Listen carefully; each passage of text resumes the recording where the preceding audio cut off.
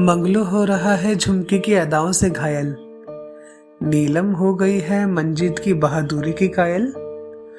उपन्यास के इस भाग में सुनिए कैसा होगा रानी प्रभात और रोजी का लव ट्रायंगल।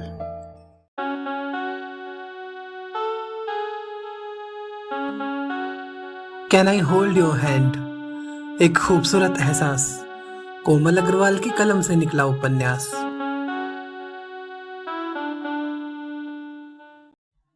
नमस्कार दोस्तों, मैं हूं कोमल अग्रवाल और आप सुन रहे हैं can I hold your hand, एक खूबसूरत एहसास का 82वां भाग। कहानी के पिछले भाग में आपने सुना कि सूरज सभी को मसूरी के कंपनी बाग ले जाता है और वहाँ वे सब खूब मस्ती करते हैं। उसके बाद पाखी झील देखने की फरमाइश करती है और सूरज सभी को लेकर टेहरी झील पहुँचता है जहाँ वे सब नौका विहार करते हैं। पाखी और सूरज सभी से दूर एक कोना तलाश कर लेते हैं जहाँ दोनों में प्यार भरी बातें होती हैं। तभी मोटर बोट पर सवार एक विदेशिनी सूरज को आवाज़ देती है। अब आगे। सूरज, माय डार्लिंग, कहती हुई एक प्रौढ़ विदेशी महिला पास आती हुई मोटर बोट से जोर जोर से हाथ हिला रही थी और सूरज की तरफ अपलक देखे जा रही थी। सूरज भी आश्चर्य में भरा हुआ बौखलाया सा उन्हें देख रहा था। वह अचानक उठ खड़ा हुआ। मोटर बोट रुक गई थी। विदेशी महिला जल्दी जल्दी अपने सुनहरे बालों को संवारती हुई भागी चली आई। सूरज के पास आकर वह ठिठक गई। उनकी सांसें उफन रही थी।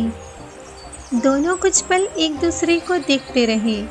पाखी एक किनारे हट गई, ये सोचकर कि कहीं ये महिला आनंदिता प्रताप की तरह उसे सूरज के साथ देखकर भड़क उठी तो। मगर तभी कुछ अविश्वसनीय घटा। सूरज और महिला दोनों एक दूसरे को देख रहे थे। अचानक उनका रुदन फूट पड़ा।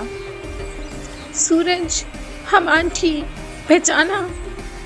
सूरज की आंखें भीग गई। दोनों ने एक दूसरे को गले लगा लिया। एमिली आंटी, कहाँ थी आप? ऐसे कोई रूठ कर जाता है क्या? सूरज का कंठ अवरुद्ध हो गया था। आंटी ने उसके माथे का चुंबन लिया। माय सन, आज हम जीसस से कुछ भी मांगता तो हमको मिल जाता, मगर हमने तुमको याद किया। And see the miracle. Thank you Jesus. Aunty ने उसे फिर गले लगाया और उसके सर पर हाथ फेरा। गॉड ब्लेस यू सन। आप यहाँ क्या कर रही हैं आंटी? मुझे तो बताया गया कि आप हमेशा के लिए स्कॉटलैंड चली गई। और मार्टिन, वो कहाँ है? सूरज बोलता ही जा रहा था। एक बार भी मेरा ख्याल नहीं है आपको? उसने शिकायत की। हम सब बताएगा son, the whole story. First you tell me who is this cute girl? Emily aunty ने पाखी को सर से पांव तक प्रशंसा भरी दृष्टि से देखते हुए कहा। सब सूरज और पाखी के पास उन्हें खोजते हुए आ पहुंचे थे। She is the queen of my heart aunty. We are newly married. Suraj ने मुस्कुराते हुए कहा। Touchwood, how lovely. उन्होंने हैरान परेशान खड़ी पाखी की तरफ हाथ बढ़ाया और उसकी नर्म उंगलियां थाम ली। उनके कोमल छुअन और मधुर व्यवहार से मोहित पाखी कब उनके गले लग गई उसे आभास भी नहीं हुआ। कॉन्ग्रेचुलेशंस माय डियर, कहते हुए उन्होंने पाखी के सर पर हाथ फेरा। She is Emily aunty, hotel में रहा करती थी। वह उनके पैर छूने झुकी तो सूरज बोला, ये तुम्हारी सास से भी कहीं ज्यादा है। फिर वह अचानक चुप हो गया, जैसे अतीत के सभी पन्ने पलट रहा हो। यस माय चाइल्ड, कभी हम भी मसूरी में रहता था, पर डेस्टिनी हमको यहाँ ला पटका। अब हम यहाँ वो सामने वाला रिजॉर्ट में जॉब करता है, वहीं पीछे एक कॉटेज में रहता है हमारा सन मार्टिन के साथ, आंटी ने बताया। उसके बाद शुरू हुआ परिचय का दौर। सब उनके साथ रिजॉर्ट की तरफ चले। मार्टिन अपनी मम्मी के साथ इतने सारे लोगों को देख हैरत में पड़ गया। एक एक कर सबका अभिवादन कर वह उनके रात रुकने के इंतजाम में लग गया। आज हम सब यहीं ठहरेंगे, सूरज ने कहा तो सब ने अपनी खुशी जाहिर की। फिर तो खूब रंग जमेगा आज रात, हरीश बोला। जंगल में मंगल होगा छोटे मालिक, राम भली करे, मंगलू बोला तो झुमकी से रहा न गया। इनके रहते तो सब अमंगल ही अमंगल होगा सूरज भैया, प्रीत ने उसे झिड़का। खूब जुबान चलने लगी है आजकल तेरी। झुमकी मुंह बिगाड़ने लगी तो मंगलू दांत दिखाने लगा। खी खी खी बंदर कहीं के, उसने दबी जबान में कहा। रिजॉर्ट में दर्जनों कॉटेजेस बनी हुई थी जो विशेष तौर पर कपल्स के लिए थी। यहाँ फिर से हनीमून मनाया जाए तो कैसा हो? सूरज ने पाखी की कलाई थामी और पूछा। क्या कर रहे हो? पाखी ने घबराकर अपना हाथ खींच लिया। डरपोक कहीं की, सूरज ने कहा। मंजीत ने उन दोनों की बातें सुन ली थी और वो गाने लगा। देखा, पाखी ने सूरज को बनावटी गुस्से से देखा। सूरज भी गाने लगा। पाखी ऐसे चुप कराने लगी। सब क्या सोचेंगे? यही मेरी चिड़िया की तोता मैना इश्क लड़ा रही है, इश्क, सूरज ने शरारती अंदाज में कहा। जीजू, हम सब आज अंताक्षरी खेलेंगे, नीलम ने कहा तो मंजीत को मौका मिल गया। फिर तो हम भी गाएंगे, प्रभात ने समझकर कहा। दिल की बात ऐसे तो जबान पर आती नहीं, क्यों मंजीत सर? रानी ने भी जोश में आकर कहा। लड़कियों की एक टीम और लड़कों की दूसरी। अभी तो मेरे पेट में गाना बज रहा है, पंकज ने कहा तो एमिली आंटी ने उसे पुकारा। कम माय चाइल्ड, तुमको हम कुछ स्पेशल खिलाएगा, कहते हुए एमिली आंटी उसे अपनी कुटिया में लेकर गई। जब दोनों बाहर आए तो उनके हाथों में बहुत सारा खाने का सामान था।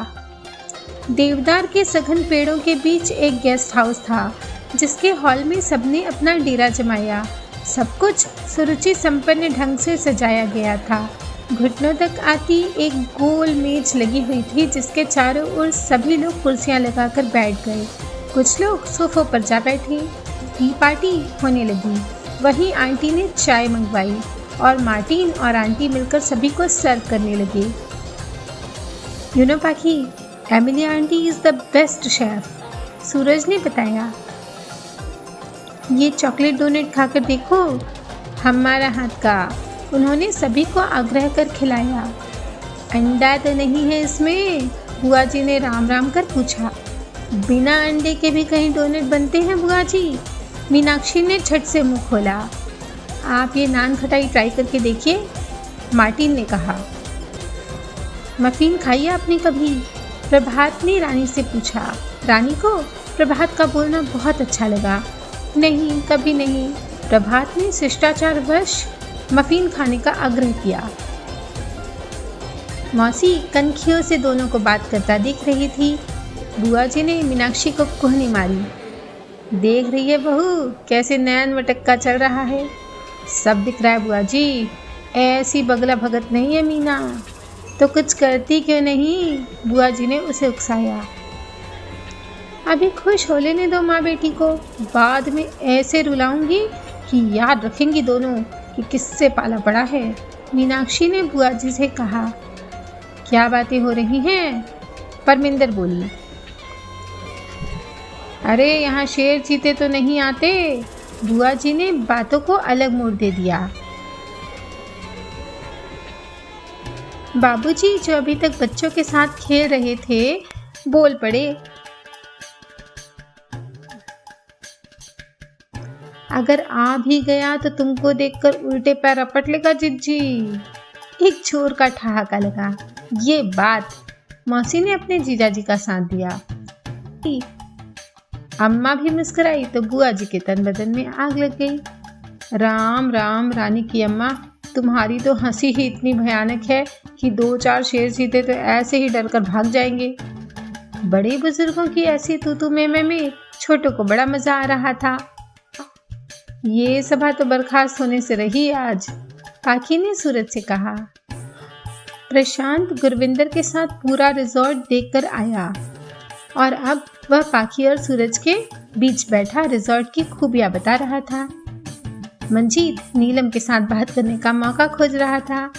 कोई आइडिया है क्या? उसने प्रभात और हरीश को अपनी तरफ बुलाते हुए पूछा। हरीश उसकी बात का उत्तर न देते हुए उठ खड़ा हुआ। हम तो जा रहे हैं घूमने, कौन कौन चलेगा? प्रीत ने हाथ उठाया।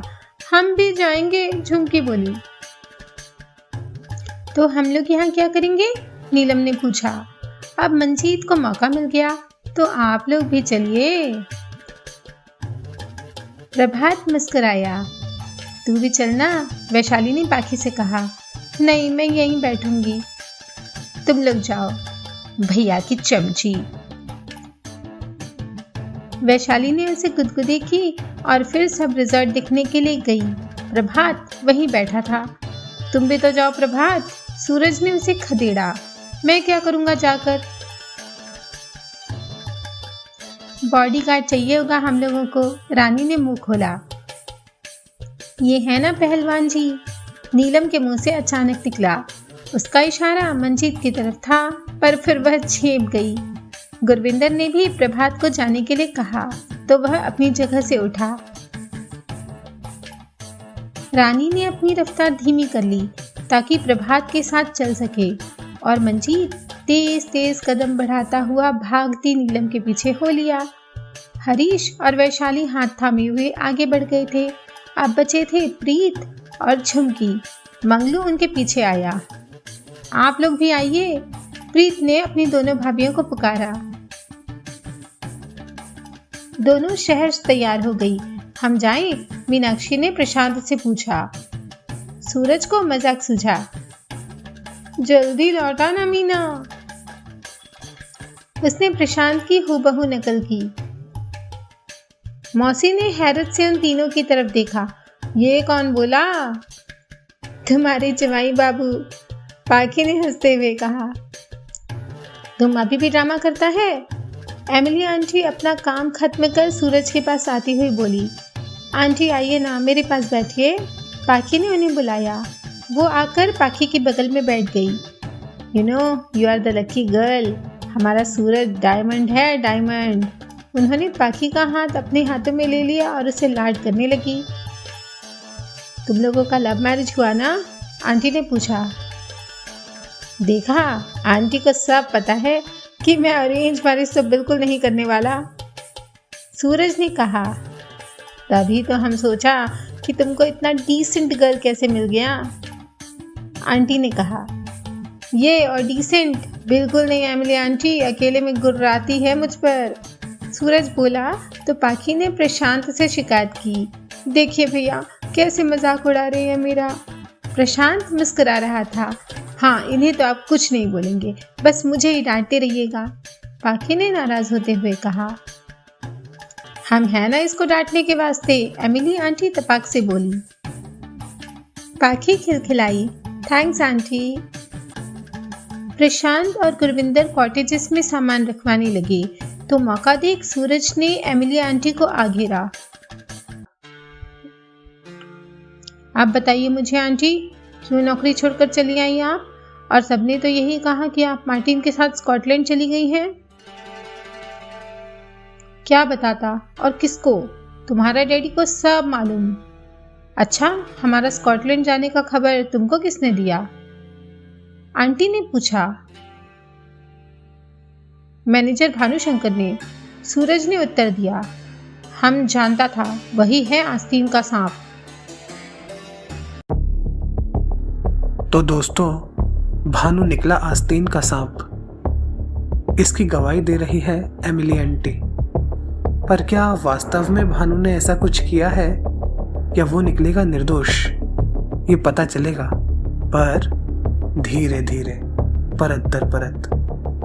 आप तो सुनते रहिए इस अद्भुत उपन्यास को और लाइक, शेयर कमेंट के माध्यम से अपना प्यार हम तक पहुंचाते रहिए। फिर मिलेंगे अगले भाग में इसी चैनल कनेक्टिंग ड्रीम्स पर, जो दे सपनों को पंख।